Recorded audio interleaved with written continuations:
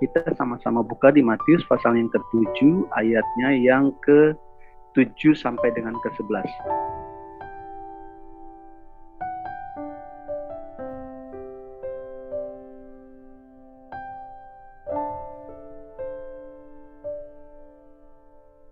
Satu lagi kita buka di dalam kitab Yakobus pasalnya yang ke-4 ayatnya yang ke-3.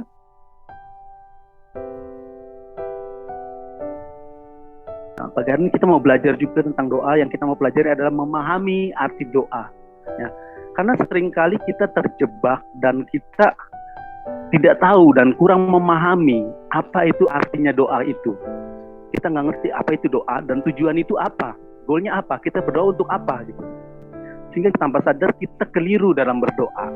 Kita nggak ngerti doa yang benar itu seperti apa, yang tepat seperti apa.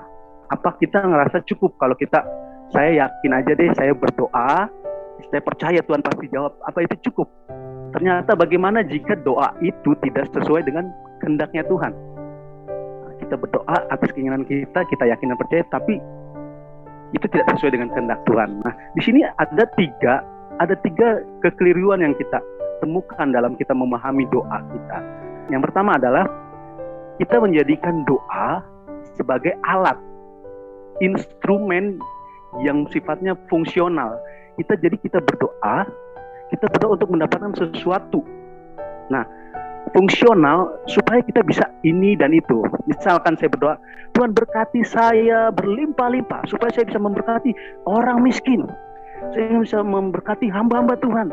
Saya bisa memberkati penginjilan. Sembuhkan saya Tuhan. Karena jika Tuhan sembuhkan saya, maka saya akan lebih lagi, saya akan ke sana, ke sini untuk menceritakan kebaikan Tuhan, menginjil. Berdoa kepada Tuhan, tapi apa? Memanfaatkan Tuhan sebagai alat. Doa kita alat untuk tujuan yang fungsinya untuk ini dan itu ya. Menyedihkan sekali saudara, menyedihkan sekali. Karena apa? Doa ini sebenarnya adalah berpusat pada diri kita. Berpusat pada kebutuhan, pemuasan, keinginan kita secara pribadi. Nah, kita temukan juga di dalam berdoa adalah kekeliruan yang kita jadikan doa itu sebagai suatu tugas atau kewajiban agamawi. Kenapa? Kita berdoa seringkali dibilang, tolong ya kamu berdoa ya. Kamu nanti sebelum ibadah kamu mulai berdoa ya. Ya. Atau enggak, dari gereja kita wajib doa dan puasa setiap hari ini, kita wajib. Jadi doa kita adalah suatu kewajiban. Kita menjadikan doa itu sebagai kewajiban yang harus kita emban. Sebuah tugas. Tugas dari gereja, tugas dari hamba Tuhan. Doa menjadi formalisme. Suatu bentuk form yang turun-temurun sejak lama sudah dijadikan suatu seperti tradisi harus berdoa. Jadi kewajiban belakangnya. Menurut saya, jika doa menjadi kesukaan kita, maka jika kita sudah berdoa dengan suka, maka menjadi suatu kerinduan jadi saudara ya. Bukan suatu kewajiban, bukan formalitas, bukan jadi suatu yang menjadi tugas yang harus kita emban sebagai hamba Tuhan, kita harus berdoa. Tidak seperti itu. Jadi kalau kita sudah suka menjadi kesukaan, kita jadi menjadi suka berdoa, dan doa itu menjadi pusat dalam kehidupan kita, menjadi bagian di dalam kehidupan kita. Kenapa? Saya suka doa. Kekeliruan yang ketiga adalah kita menjadikan doa sebagai bentuk spiritual yang entertain. Mengapa saya katakan demikian? Karena gini, seringkali kita menyajikan doa untuk pemuasan kebutuhan rohani saja. Ya, ketika kita emosional, kita sedang, aduh, saya butuh doa nih. Jadi, berdasarkan emosi saja. Saya perlu doa nih, kayak kekeringan nih saya nih. Nggak bisa nih, saya kurang damai sejahtera nih, saya harus berdoa nih. Jadi hanya untuk menunjukkan bahwa spiritual emosional kita entertain gitu. Kita tunjukkan berdasarkan apa yang kita rasakan. Kalau saya lagi nggak damai sejahtera, kalau saya lagi emosinya lagi kurang bergairah, saya harus doa sama Tuhan. Jadi kita lakukan itu sebagai bentuk spiritual, entertain. Jadi bukan doa yang benar-benar, ya saya punya kerinduan, ya saya datang hanya untuk mempermuliakan nama Tuhan. Tapi kita datang berdasarkan emosi kita. Saya merasa kering, saya harus berdoa. Terus bagaimana kalau kita penuh sukacita? Apa kita tinggalkan doa? Apa kita nggak berdoa? Kita merasa ya Tuhan sudah ada, Tuhan sudah memberkati kita, Tuhan sudah memimpin kita.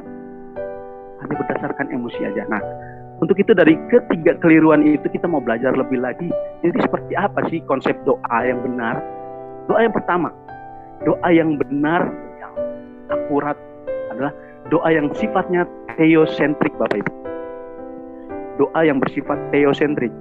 Doa yang kita naikkan hanyalah untuk memenuhi segala panggilan Tuhan, memenuhi segala kehendak Tuhan. Doa yang kita naikkan adalah berpusat untuk Tuhan. Jadi kita hanya meresponi tuntunan Tuhan, meresponi kehendak Tuhan di dalam hidup kita. Jadi terlepas dari jawaban doa itu dijawab ya atau tidak, tetaplah itu menjadi kehendak Tuhan yang terjadi dalam kehidupan kita. Entahkah engkau disembuhkan Tuhan, biarlah kehendak Tuhan yang terjadi di hidup kita. Entahkah engkau dibuat berhasil oleh Tuhan atau tidak, biarlah kehendak Tuhan seturut rencana Tuhan dalam hidup kita. Entahkah Tuhan mau buat engkau dipakai luar biasa atau tidak, Tuhan punya rencana dalam hidupmu yang melebihi dari apa yang kau inginkan di dalam doa.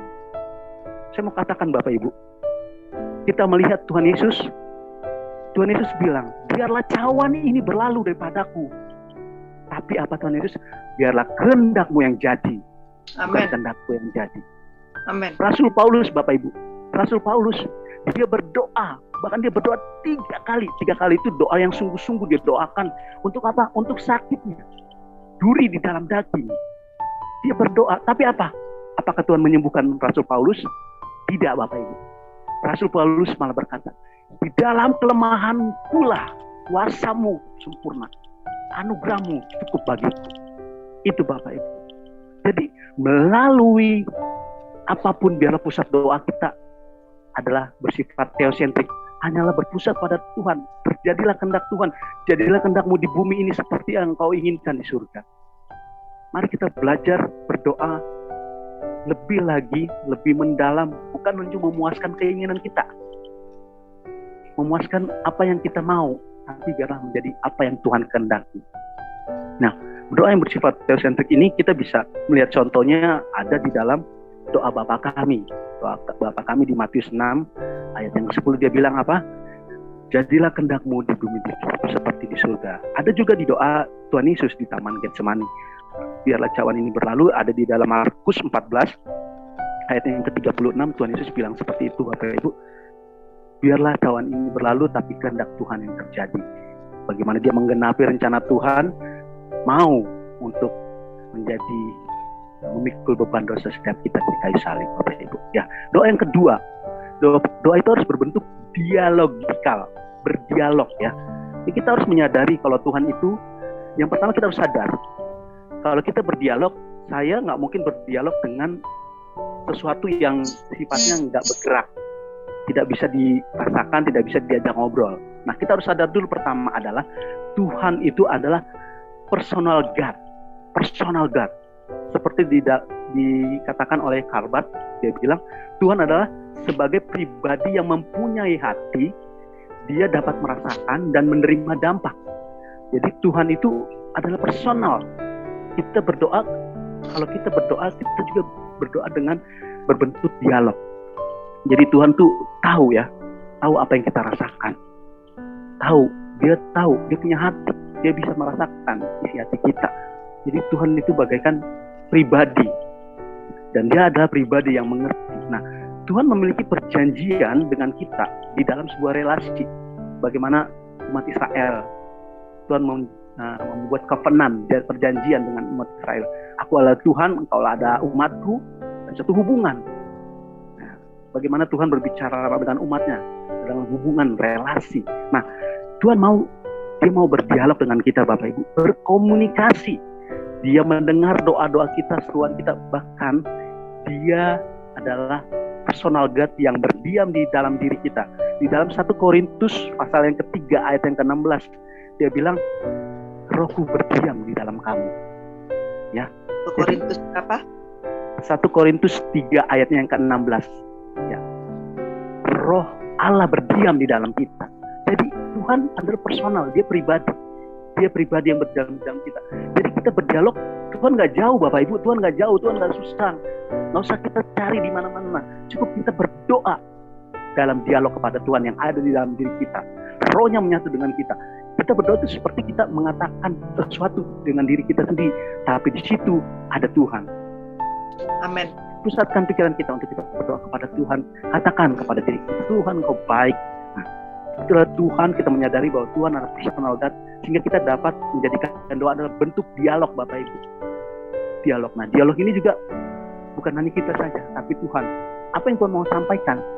Dialog itu dua arah Bapak Ibu ya. Berarti dua arah.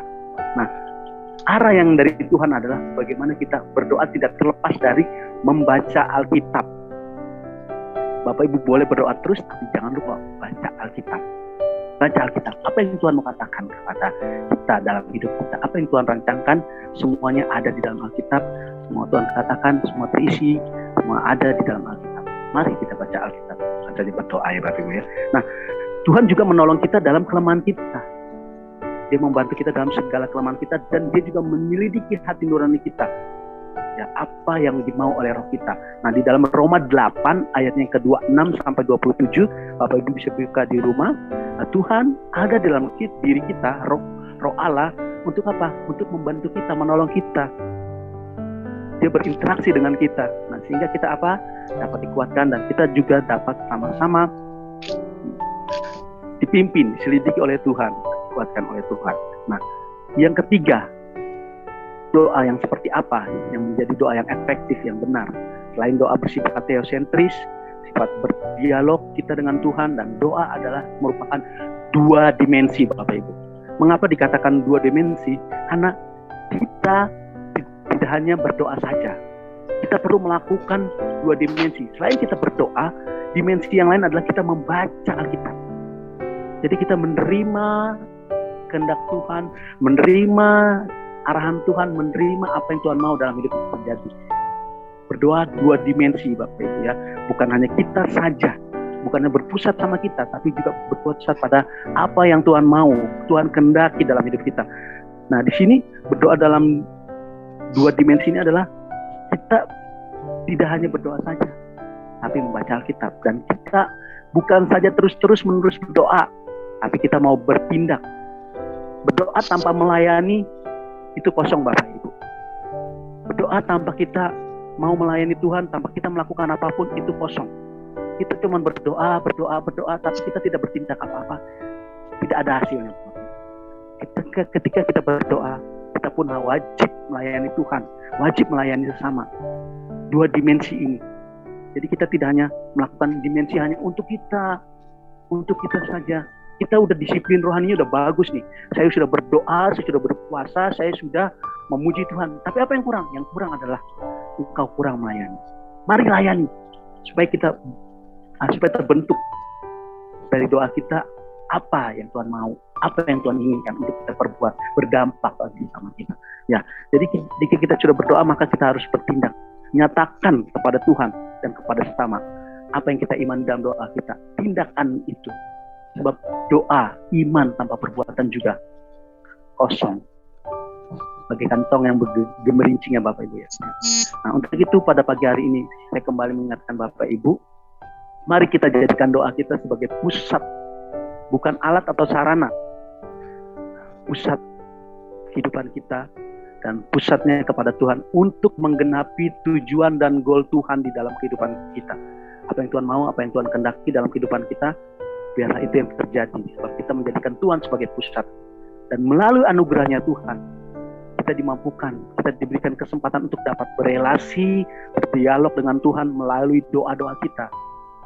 Dan biarlah setiap doa yang kita naikkan kepada Tuhan merupakan ekspresi, tindakan, merupakan sesuatu yang kita lakukan untuk menyenangkan Tuhan.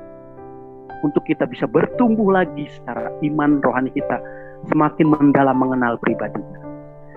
Kiranya renungan pagi hari ini yang saya sampaikan dapat memberkati kita semua di rumah, dan kita dapat mengerti secara mendalam apakah doa kita sudah sesuai dengan apa yang Tuhan mau, apakah ini hanya keinginan kita pribadi. Mintalah maka akan diberikan, dan ketuklah maka akan dibukakan. Tuhan mengasihi kita semua. Selamat pagi, Tuhan Yesus memberkati kita semua. Amin. Haleluya, puji Tuhan, saudaraku, jelas sekali ya.